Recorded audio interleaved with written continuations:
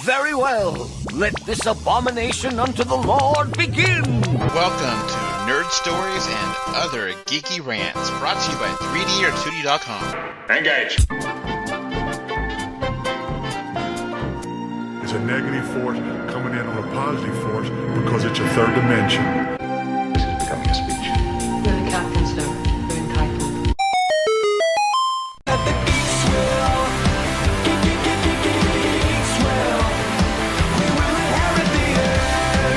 You think your Commodore 64 is really neato? What kind of chip you got in there, a Dorito? Let the nerds take over! Alright, welcome to another episode of Nerd Stories and Other Geeky Rants. We haven't done one of these in a while, haven't we, James? Nope, we haven't done one in a while. I don't even remember the last one.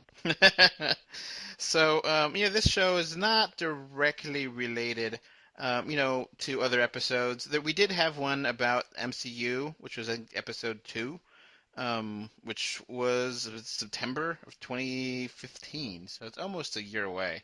And now this episode is kind of talking about the Marvel Ciematic TV Universe, which is separate but equal but different, all at the same time of the movie universe. What was that, James? I didn't hear you.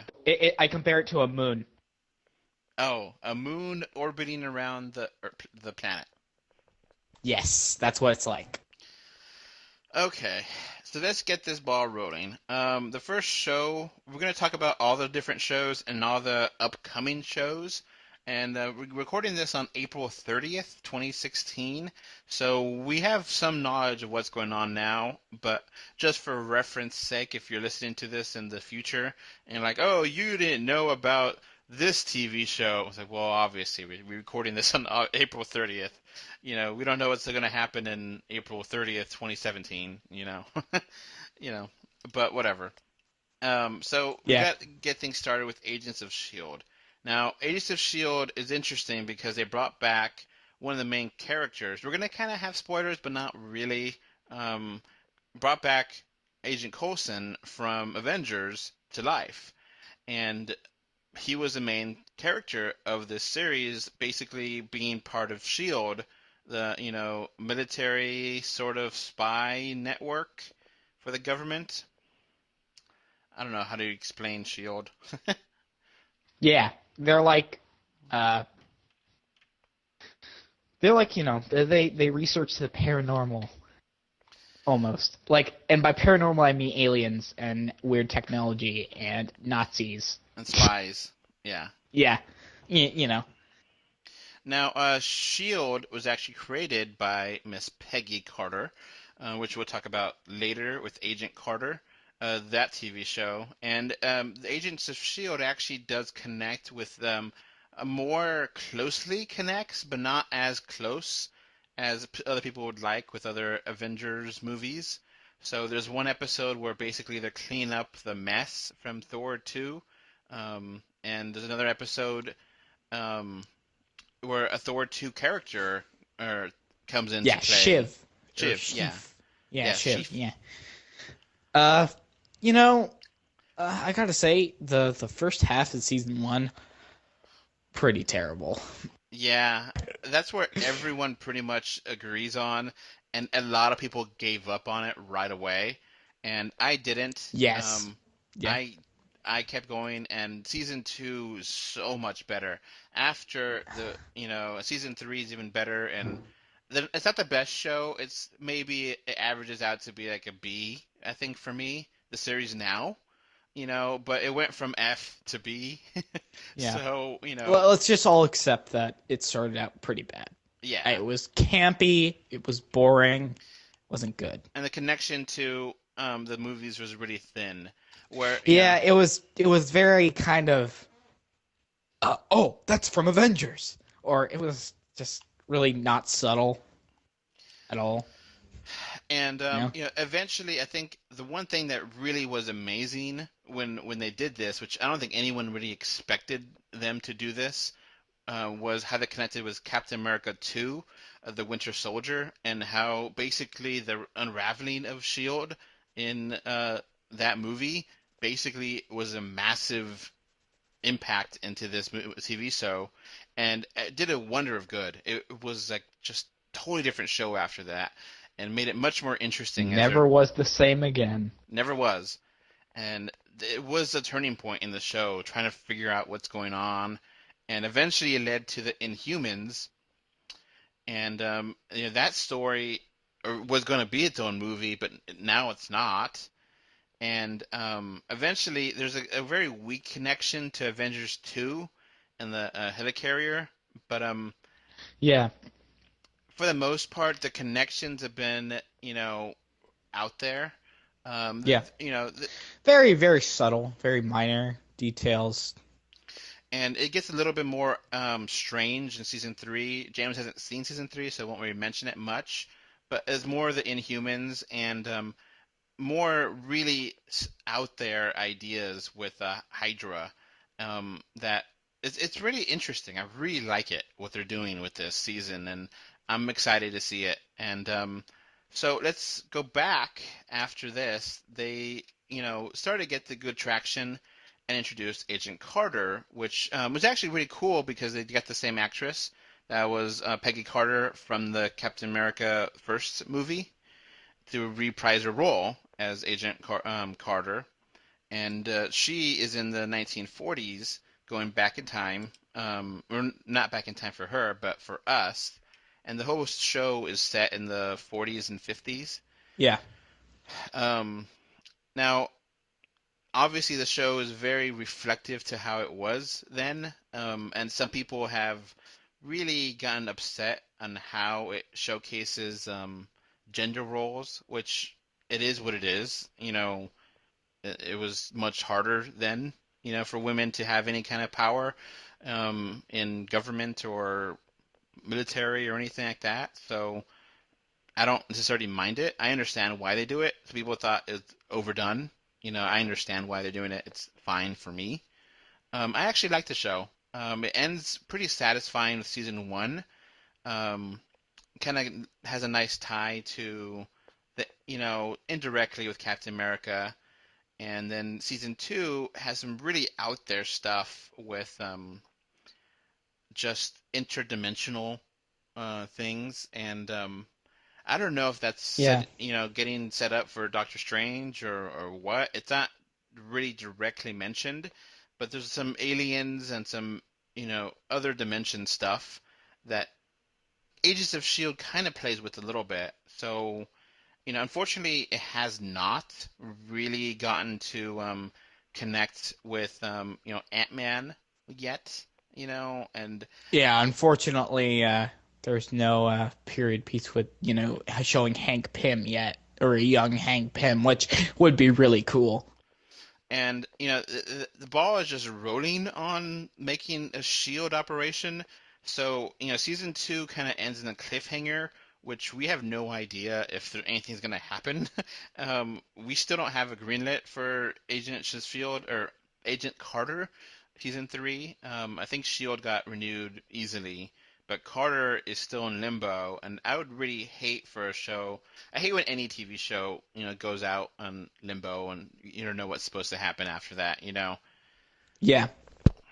So then let's get to Daredevil. James, you talk about Daredevil season 1. Yeah. Daredevil started in April, or it was first released in April of 2014, and it kind of revisions the entire story of Daredevil. Not so much. It's very based on the comics of the 80s. First of all, it follows it fairly well. The first season of Daredevil was released entirely on Netflix, and follows the story, of course, of Murdoch. Matt Murdock. Yeah, Matt Murdock fighting Wilson Fisk, who is not the Kingpin yet, but Will eventually become one. he eventually becomes the Kingpin. And this was a really interesting thing because originally Daredevil was a movie with Ben Affleck that was really panned and people didn't really like it that much. And I think the director's cut's supposed to be really good, but I never saw it. So I think Fox just gave up on Daredevil and just sold it back to Marvel. And that's where this happened, where they're like, okay, we have it back now. Let's make a TV show. Yeah, it just goes to show you that when things go back to Marvel, they turn out better. And it's very dark, very adult. This would probably be on HBO if it was on regular TV, per se. So, Yeah, it creams all the other DC stuff. well, let's not get into that. It's very similar to Arrow, which yeah, I don't think you've seen. At first glance, it reminded me a lot of Arrow, of how dark it is, and but still, The first episode is slow, but other than that, it gets pretty good afterwards. yeah, it starts off a little bit slow, but then gets really good. And Fisk is a fantastic villain. Yeah, he is. So, so season 1 of Daredevil. We're not going to talk about season 2. We're going to jump directly into another series, Jessica Jones, which happens around the same time, and is also Dark. It's very dark too. It was released in November on also Netflix. The entire series was the 12 or 13 episodes. This one starts out very slow. It's not like an episode thing. It takes 5 or 6 episodes to get really good. And again, they have a fantastic villain here. The villain, Purple Man, or he's called Kilgrave in this. He's not purple. Yeah. He unfortunately he's not purple this time around, but he's a very interesting villain. He's like a lesser Loki almost, kind of like Loki and Joker combined. He's very charismatic, but he's also crazy, he has the ability to control people. A very likable sociopath. Yeah, exactly. Like he's kind of like I just want you to love me. That's his entire like thing, and it's really kind of interesting. And it's kind of a mutation. I don't even know. They kind of it's a little bit confusing to how he has this ability. They kind of explain it in one of the episodes. Yeah. And around the middle part of the season is when it gets good, because it flips from Jessica Jones' perspective, which she's very she's no role model. That's what I kind of like about her character, is that she's like always drinking, always cussing. She's always drinking and just being depressed and sad, and like, yeah, she's strong, but she's not like the ideal, hero or anything, and you could tell she's gone through a lot. But when they finally kind of get Kilgrave into the picture, that's when it starts getting pretty intense. I also want to say that, or I want to mention that Luke Cage is in this, and they have a little kind of fling in this, which, as you know in the comics, they do get married, so who knows. And Luke Cage is another super human in this, and he has very similar powers to Jessica, and just very strong strength and stamina. I don't know if she will be able to ever fly, though. That is something that she can do in the comics that I don't know if the show will ever get her to do, but that'd be interesting. So they mentioned that she could jump really high, they kind of play with that idea, but she's not really comfortable doing that, Yeah, and she's like super strong, and like they only kind of allude how she got her powers, which is kind of disappointing. But Like a I don't have experiment or something. Yeah, it was something like that. You kind of see how she didn't have the best childhood in the slightest, and Kilgrave didn't have a good childhood either, and it's one of those shows that I would say is a little bit darker than Daredevil. Yeah. Because of the subject matter is a little bit more depressing. But I would say that Daredevil's a little bit more violent. Yeah. One of my favorite episode, Jessica Jones, is the Sin Bin. And man, that episode just like shook me to the core, because it was so deliciously evil and interesting to figure out about Kilgrave and how he grew up. Yeah. Is that when he's in imprisonment? Yeah. Yeah, that one. Awesome.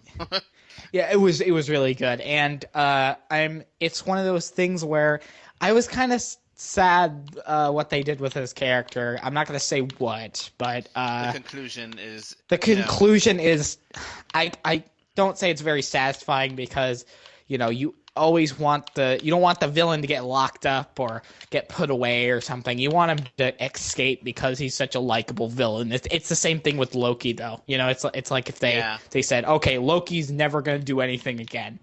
Now, we do got to really mention, though, both Jessica and Daredevil have fantastic villains. Absolutely fantastic villains. Some of the best in the whole Marvel Ciematic Universe. Definitely. Shield, on by the hand. way, I did. You know what's very interesting is a lot of the times I feel that the shows, at least the Netflix shows, get the villains better than the movies do. Yeah. A lot of the time, it's because with these shows you have more times to spend time with the villains, because it's important to spend time with the heroes and the villains, to get really flesh out their characters. And Wilson Fisk and Kilgrave are great because of how much time you get to learn about them. Yeah, and we mentioned a little bit before, Agent Carter is really the polar opposite of Daredevil and Jessica Jones. They're very much more light, much more comedic. They have Howard Stark, the father of Tony, in here, the same actor that was in the movies, and Jarvis. And Jarvis is more of a comedic character, and I really like how they do Jarvis in this show.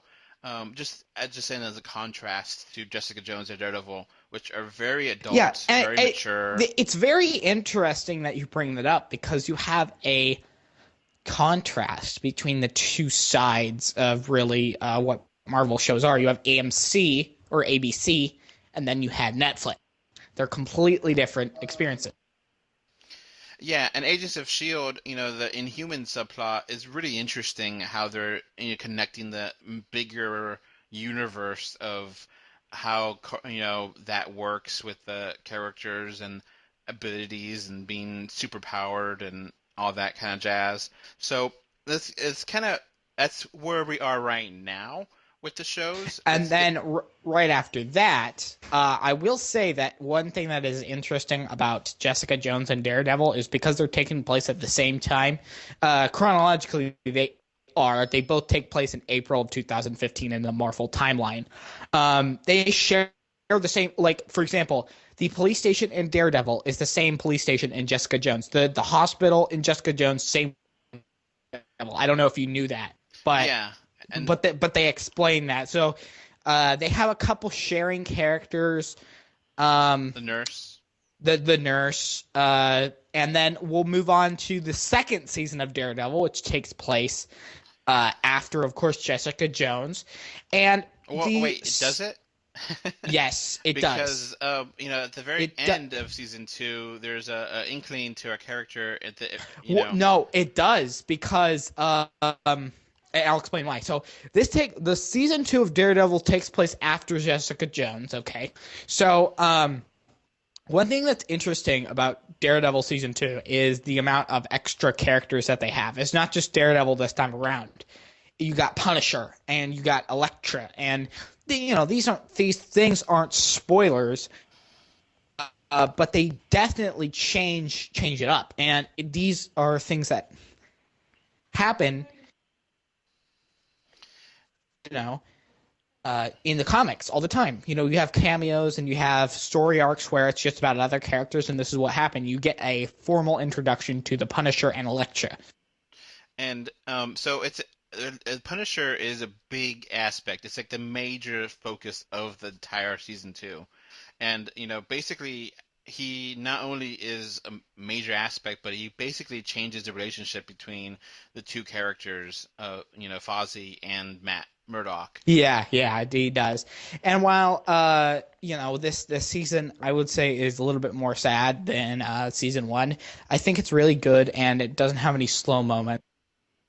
Yeah, some of the stuff with the ninjas was a little bit hard to understand. A little bit, I was kind of confused, but it's still interesting. I still liked it. I still liked it a lot. Yeah, it was still very good, very promising, kind of making me want to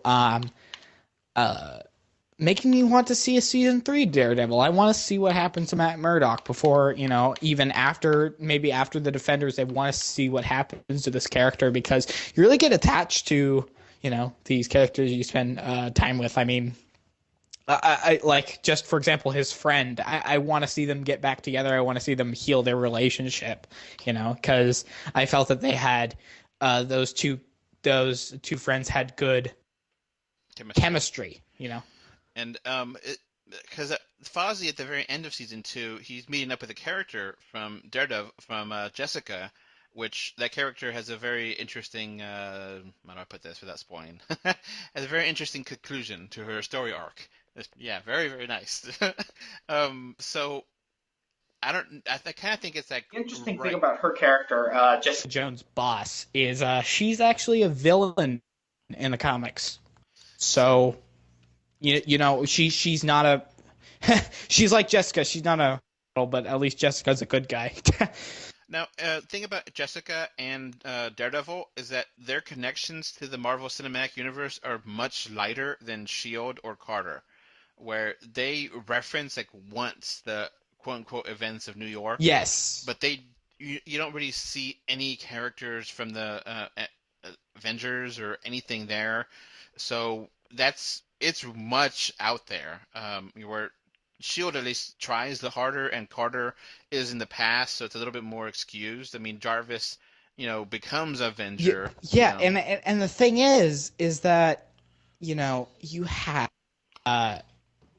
Jessica Jones and Daredevil. The people making these shows have actively said that they are not making these shows to not, well, they're in the same universe, but they're not going to change up the script of the show so that it fits the rest of the universe or something. They made something comment like that, where they have more creative freedom, and so that's the reason why they're maybe not referencing it as much. And I don't have a problem with that. It's just, it makes me wonder if there will ever be any of these characters in the actual films, which I hope they do at some point. Yeah, and I think they could theoretically, have Spider-Man.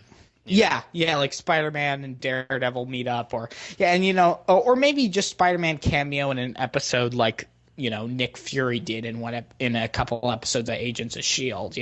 It's just a big name character from the movie showing up in the show just to say, hey, I exist. Yeah, so let's talk about the future now. Now, we just got confirmation that there's a Punisher TV show, which is the Punisher from Daredevil Season 2. He's going to have his own TV show on Netflix, of course. Yeah, I'm guessing that he won't be in where Daredevil is. I'm pretty sure he's going to move out to somewhere else in New York or something. I don't have a problem with this. I'm kind of glad. One thing that I'm glad that they did in Daredevil Season 2 is kind of establish its origin, so that the first season of Punisher can just start out with him with the skull shirt and him shooting people, and there's no problem. Yeah, that's an interesting question though. How do you directly just keep ball rolling, or do you have like a flashback or something from Daredevil? There'll probably be mentions to it, but I don't think that it'll be like, oh, we have to explain his origin all over again, because the people making this show, I'm sorry, but they assume that you're watching all of it, and most of the people who watch these shows watch all of it, just like the Marvel Ciematic Universe. It's just assumed that you're watching everything. Now, we kind of mentioned that they're both dark shows. Punisher would be very dark, but dark is more than just tone and substance. These are not kids' shows. Where Avengers, no, they aren't, and they're all dark for different reasons. I would say that Punisher and Daredevil are more dark because of the violence, because of the dark themes, because of the gangs. Jessica Jones is dark because of the alcohol abuse and psychology. The psychological abuse and all those things. So they're internal and external forms of sadness and bad things that are on the dark side of Marvel, and I appreciate that they're doing this because on Netflix you can get away with that. Yeah, it's interesting because Avengers is family friendly to an extent. And, the Avengers movies all are PG-13. They may have some dark elements, but they're not anywhere. They're pretty light and humorous. And, not. And you see in the Marvel films that Marvel is hesitant to deal with storylines that have characters using too much drugs or too much alcohol. I mean, you hear about Iron Man 2 originally being about Tony Stark getting Alcoholic. wasted and getting really hungover and just abusing alcohol completely and using a storyline in the comics called Demon in a Bottle. But Disney was like, wait a second, we can't do that. It's too dark, Yeah.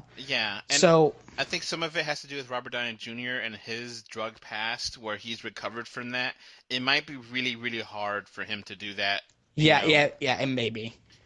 But I don't know. For me, Punisher, I kind of like the idea of it, but I don't know if Yeah. I really want 13 episodes of it. I might get tired of all the violence and,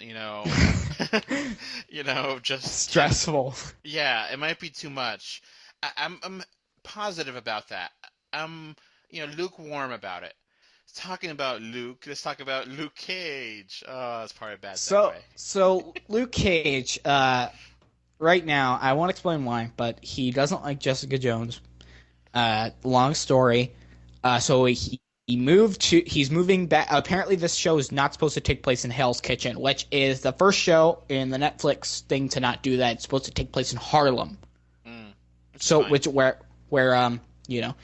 Luke Cage, I do like the actor who plays him. I feel he's a good. I don't exactly know why they separated this from Jessica Jones, but I was kind of hoping that maybe Jessica Jones would cameo in this and that they'd maybe work it out. I think we talked about this before, James, where we kind of said that they just should consolidate this and the theoretical season 2 of Jessica Jones. Yeah, because they announced Jessica Jones getting a season 2, and I'm like, why?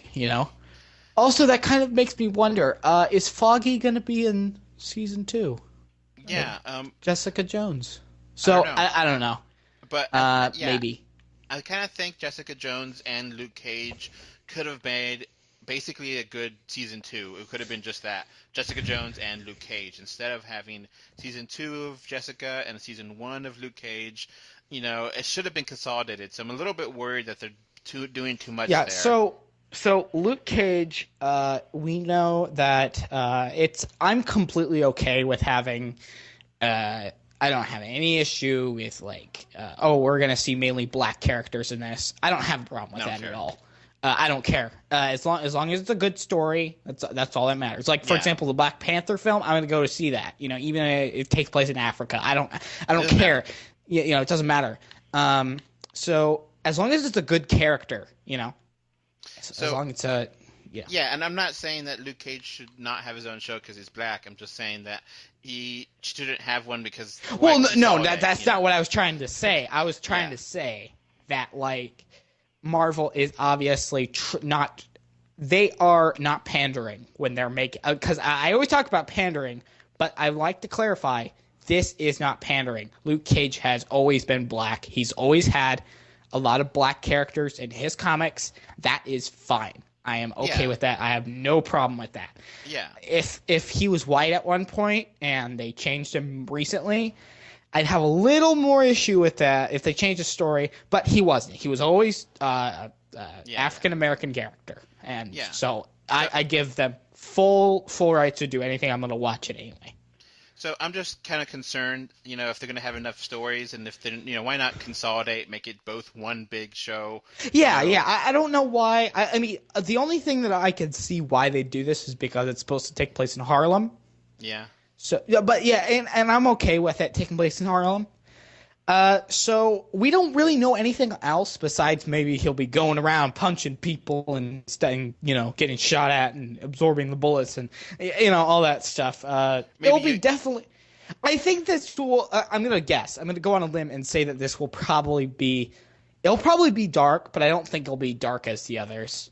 And I think they'll honestly maybe give a little bit more of his backstory because we didn't get that much knowing how he got his powers. Yeah. So Yeah, so Luke Cage is coming, and Jessica Jones season 2 is coming, and Punisher's which I don't know what they'll coming. do in that one. I don't know either. Is she gonna Because solve cases or yeah. something? What? Is she gonna be solving So- cases? Maybe. You know, because I, she's a I, private I don't know eye. who she'll be fighting, but maybe she'll get to fly this time. I don't know. So, Iron Fist is another character. He's not really been shown off anywhere else, so he's going to be brand new. They just chose the actor for him too. Yeah, so he's an So- actor from Game of Thrones. Yeah. But we don't know anything. I don't know anything about this character. Yeah, he's basically like Thor, only the reverse. Instead, a guy from a magical place sent to Earth. It was an Earth guy who was sent to a magical place and learned things. Mm. It's like that. It's very weird. It's like Chinese lore. I've heard that this is supposed to connect to Daredevil season 2. Okay, because there's some And maybe Elektra will cameo in this series. maybe there's some because there are ninjas and stuff going on in season Yeah. 2, which we're not Yeah. going to talk into. But yeah, Yeah, now I'd be okay with it. yeah, I'm Like curious. Elektra coming back and with more magical having stuff. yeah, I'd be fine with it. I think that this will be very weird, honestly. And Marvel has been recently dabbling in the strange with their films. Now, that's a good thing you mentioned. Another good segue. Strange. Will Doctor Strange have a connection to Iron Fist? Maybe, probably. You know, because Who knows? they're both mystical. They're both Asian or ideas. I don't know. I don't know Yeah. that much about Iron Fist or Doctor Strange to make that assumption, but we don't know. Just whatever. Now, there's another We don't show know. here that I'm me and the fans online are really against the idea of this. It's called Most Wanted, and it's a spin-off show from Agents of S.H.I.E.L.D. with Mockingbird and her husband, and it's going to be their own adventures. This got ordered a pilot on ABC, and season 3 of Agents of S.H.I.E.L.D. kind of gets the ball rolling on this, and I like the characters in the show. You know what characters I'm talking about, right? The husband and the wife. Yes, I do know those characters, and they were I like kind of. those. I like the kind of. I mean, yeah, they were them. okay. Yeah. But to make them their own show, I think me and a bunch of fans online have commented that this is too much. This is way too much. Just too much. Yeah, it's not good. If they want to take them, have the actors have a break and not be in every episode, for sure, that is fine. Bring them back season 4. Here and there. You could have some of these cast members not come back right away. Yeah. Take a break or something. But have their own show. I don't know. That's, I think, a bad idea. Yeah, I don't know. I'm not sure about this one. Now, we don't really know what is going to happen to these shows after this point. We don't know what the shows are going to be starting in Phase 4. But I have 2 suggestions Now, for shows. Marvel said that they're going to have a Defenders show that combines Jessica. Yeah. Of course, Defenders. It'll be like it'll combine Iron Fist, Luke Cage, all those. Daredevil, Luke Cage, Jessica Jones, Iron Fist. Yeah. Yeah, it'll be really cool. But I personally feel that what would be really good would be instead of having a maybe and you could kind of discuss this a little bit, is instead of having a what's it called, Inhumans movie, how about an Inhumans show? Maybe. Now, here's an idea I had. Because Netflix has like a typical 13 season run for their shows, and I think we both kind of agree that there's a little bit of Jessica Jones that kind of drags, and a little bit of Daredevil to season 1. Season 2 is really tight, but season 1 it drags a little bit. Why do you need to have 13 episodes? Why can't you just have 10 or 8? And that way you just kind of keep it tight and not waste time. Yeah. Would you be okay with that? I'd be fine if they just brought it back for 10.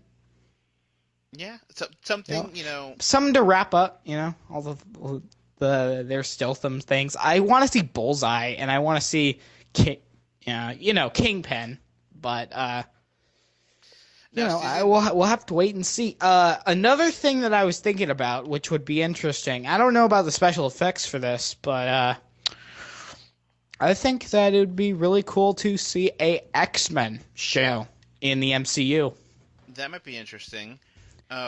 Maybe it would be interesting because it'd most likely have to be on Fox, and it would be a co-ownership kind of deal, but it'd be in the MCU. Now, would they have to reboot the whole thing again and have another Professor X? Yep. Good. So this would be which version? Because there's an old school X-Men with Angel and or the newer ones with Jean. I think that they should do the '90s team. Everyone likes the '90s team. Yeah. Cyclops and Jubilee and all those guys. Gambit. Also Gambit. Yeah, Gambit. And then the cool thing is about the X-Men is I think it works best to this show. Honestly, you have too many characters to have a movie, And you could have it basically, Professor Xavier teaching the kids different lessons and different, stories about being a teacher. It could be, Professor X Xavier's main focus would be this is, how I got the what is it, Institute of Mutants or whatever. Yeah. Yeah. Oh, it's Charles Xavier Academy for Gifted Individuals. Yeah. And they could, mix that with Inhumans to a degree, Now. Yeah, and what they could do is what I was just gonna say. What they could do is they could have like flashbacks of all the mutants when they were kids or something. I don't know if you knew this, but in the comics, Cyclops is the first student, and he was found when he was like 10 or something. So that's the reason why he's the leader, because he was one of the first people there. Now, one of the things that is kind of interesting about TV is that, Netflix doesn't care because Netflix does what Netflix wants. They are their own studios now where they could do whatever they want. Yeah. But ABC, which does, Disney owns, they're still beholden to ratings and how much popularity things are. So Agent Carter season 2 really had low ratings, so they may get canceled. And they may not be able to finish that story. I'm guessing that they would probably have some way to connect the dots to finish that story. But that is something to think about, where you may not have enough money down the line to finish up some stories they may start. And that's, they can't all be on Netflix, Yeah, they can't. They can't all be on Netflix, but, Now, I think that go ahead. ABC has a problem. And it's that Agents of S.H.I.E.L.D. will be going into its 4th season next year. Mm-hmm. Or either this or next year. Next year. So, honestly, I don't really know what they're going to... Are they just going to keep running it?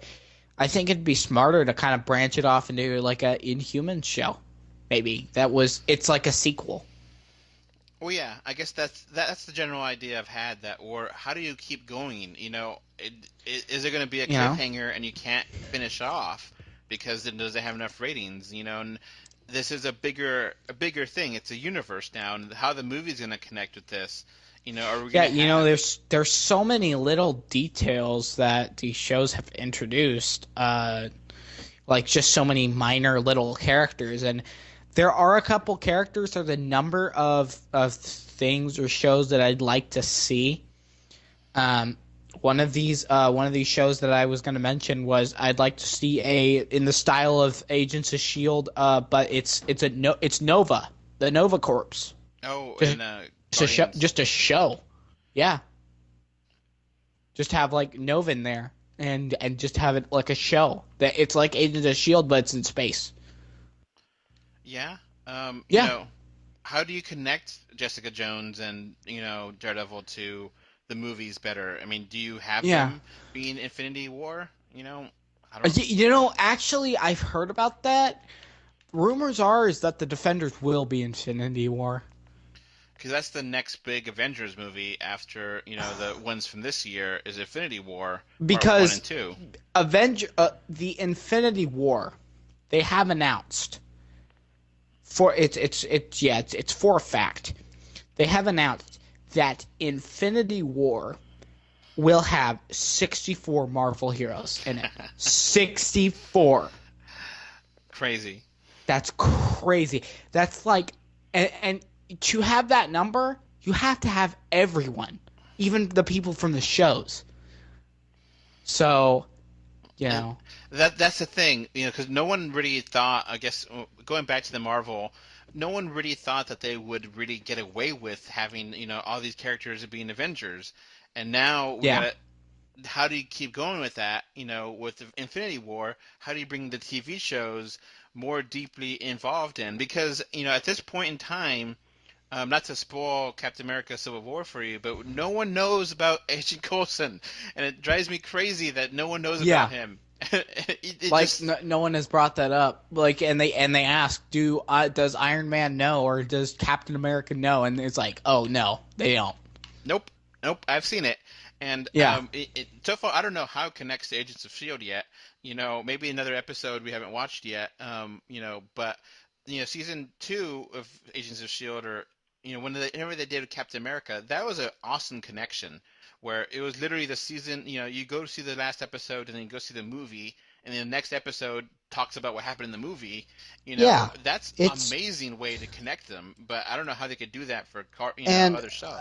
I support that. I completely am for that idea. I think it'll be very big, and that's the reason why, you could have because Marvel, like it or not, Marvel will get. I'm not going to say that, like, Phase 3 will take more place in space. It will. Mm-hmm. There's going to be more things that have to do in space.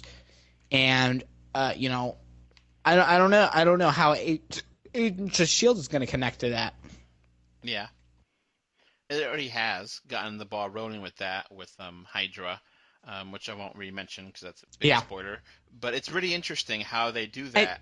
If I could mention, because we're kind of talking about all the extra stuff, Marvel has a series of comic books, right? They're called the Preludes, like Prelude to Captain America Civil War, or Prelude to Iron Man 2. These are really underrated, I have to say. These are I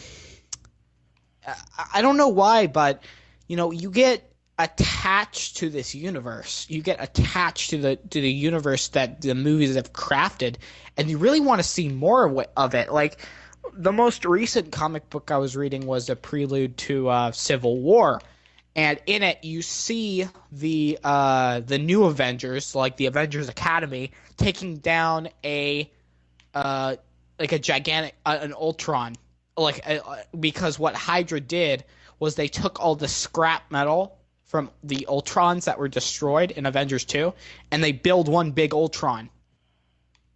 So it's like attacking an Eastern European city. So all the new Avengers gather together and defeat it. It's really cool. I'd like to see more of that. So, what I say is I want more material from this universe because, honestly, it's a lot less cluttered. It's a lot less confusing than the Marvel Universe we already have. It's the same thing for the DC Animated Universe. It's a lot less cluttered.